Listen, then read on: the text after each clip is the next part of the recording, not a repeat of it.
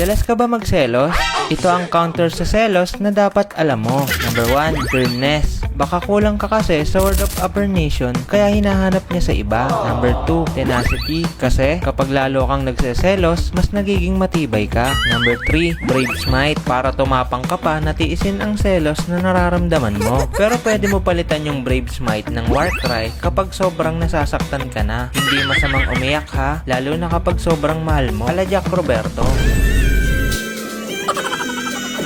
Paalala lang ha, huwag ka magre-retry sa kaduwa ng iba. At kung hindi mo pa rin makounter, kailangan mong malaman ang mga bagay na to. Number 1, why? Alamin mo kung bakit ka nagseselos. At kapag alam mo na ang dahilan, pwede mo nang gawin itong number 2, awareness. Sabihin mo to sa partner mo para maging aware siya. Pwede kasing wala lang sa kanya, tapos big deal pala sa'yo. At kapag aware na siya, pwede mo na itong gawin number 3, listen. Pakinggan mo yung side niya para maunawaan mo ang buong kwento. At yun lang, sana may natutunan kayo. Sana makatulong.